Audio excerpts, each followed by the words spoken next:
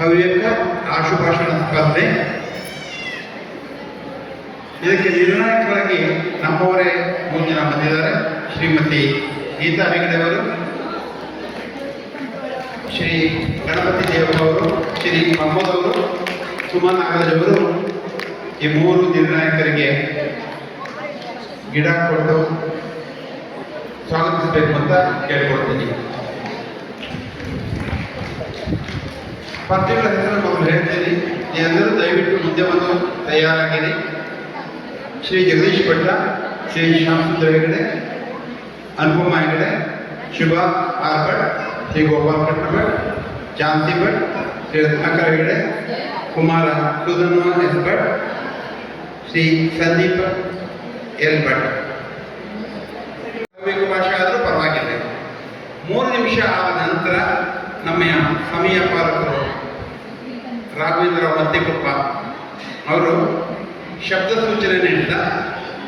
ಅದರ ನಂತರ 10 ಸೆಕೆಂಡ್ ಹೆಚ್ಚಿಗೆ ಮಾತನಾಡಲು, ಅನಂತರ ನಿಲ್ಲಿಸಕ್ಕೂ ನಿರ್ಣಾಯಕ ತೀರ್ಮಾನವೇ ಅಂತಿಮ.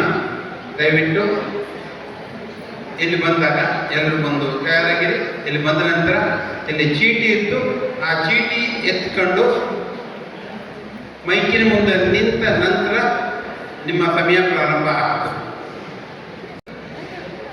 ಎಲ್ರಿಗೂ ನಮಸ್ಕಾರ. ನನಗೆ ನಾನು ಆಯಿಸ್ಕೊಂಡೆ ಪಾಯಸ.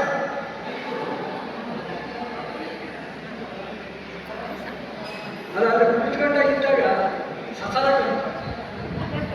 ಪಾಯಸ ಉಂಟಾಗ ಅಲ್ಲ, ಇಲ್ಲಿ ಎಲ್ಲರೂ ನಮ್ಮವರೇ ಆದ್ದರಿಂದ ಅಂದರೆ ನಾಚಿಕೆ ಮಾಡುವ ಅವಶ್ಯಕತೆ ಇಲ್ಲ. ಪಾಯಸ ಪಾಯಸ ಅಂದರೆ ಈ ಗಂಡುಕಲ ಅಂದರೆ ಬಾಯಲ್ಲಿ ಹಿಡಿದು ಸಾಕಾಗುತ್ತೆ. ನಾವಂತೂ ಮಾಡ್ಕೊತಿಲ್ಲ, ಹೆಂಗಸರು ಮಾಡ್ಕೊಂಡ್ರೆ ಮುಳ್ಳಟ್ಟಿಲ್ಲ. ಪಾಯಸದಲ್ಲಿ ಬೇಕಾದಷ್ಟು ಹವ್ಯಾಕಗಳಲ್ಲಿ ಕೇಳಿ ಕೆಲಸ ಇದೆ, ಎಲ್ಲ ರೀತಿಯೂ ಇತ್ತು. ಅದು ನಾನೀಗ ಎಂತ ಬೇಕಾದ್ರೆ ಮಾಡ್ತಾರೆ. ಕಡೆಗೆ ಹೆಂಗಸರು ಚುರುಕಿದ್ರೆ ಎಲ್ಲರದ್ದು ಮಾಡ್ತಾರೆ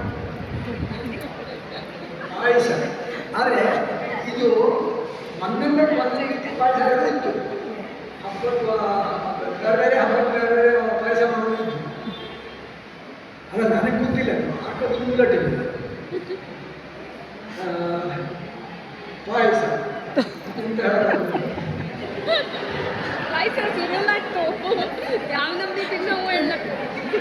ಅಲ್ಲ, ಸಾಕು ಕಾಂಟ್ ಇಷ್ಟು ಹವ್ಯ ಭಾಷೆನೇ ಬರೋಕ್ಕಾಗ್ತದೆ. ಮತ್ತೆ ಮುಂದೆ ಹೋದ್ರೆ ಬೇರೆ ಭಾಷೆ ಬಂದರೆ ಬೇರೆ ಇಂಗ್ಲೀಷ್ ಭಾಷೆ ಅಂತ ಬಂದ್ಬಿಟ್ರೆ ತಪ್ಪಾಗ್ತದೆ. ಅದಕ್ಕೆ ಹೇಳಿದಷ್ಟು ಹೇಳೋದು ಸರಿಯಾಗಿ. ನಮಸ್ಕಾರ, ಧನ್ಯವಾದ.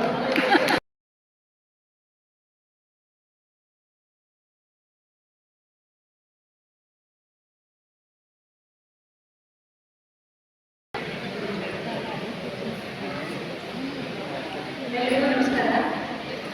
ನನ್ನ ವಿಷಯ ಹಳ್ಳಿ ಹವ್ಯಕರ ಪ್ರಸ್ತುತ ಪರಿಸ್ಥಿತಿ. ಇದನ್ನು ಹವ್ಯಕ ಭಾಷೆಗೆ ಮಾತಾಡೋದಿಲ್ಲ, ಬೇರೆ ಭಾಷೆ ಬಳಸ್ಬೇಕಾದ್ರೆ ಇಷ್ಟು ಬೇರೆ ಭಾಷೆ ಬಂದಿತ್ತು.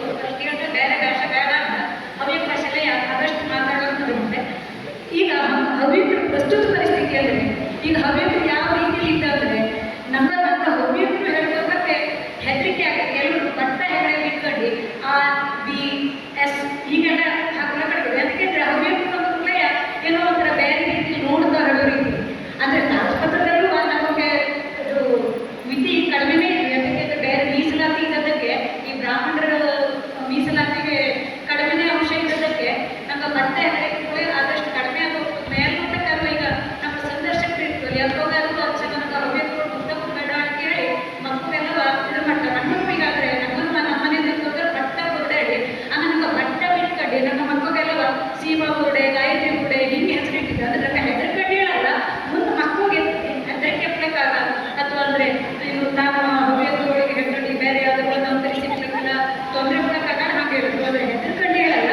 ಈ ಪ್ರಸ್ತುತ ಪರಿಸ್ಥಿತಿ ಅಂದರೆ ಈಗ ಹವ್ಯಕರಲ್ಲಿ ಮತ್ತೊಂದು ಅಂದರೆ ನನ್ನ ಹವ್ಯಕರಲ್ಲಿ ನಮಗೆ 2 ಜನ ಮಕ್ಕಳು ಇದ್ದರು. ಈಗೆಲ್ಲ ಇರ್ತದೆ ಒಂದೇ ಮಕ್ಕಳು ಸಾಕೊಳ್ಳೋದು.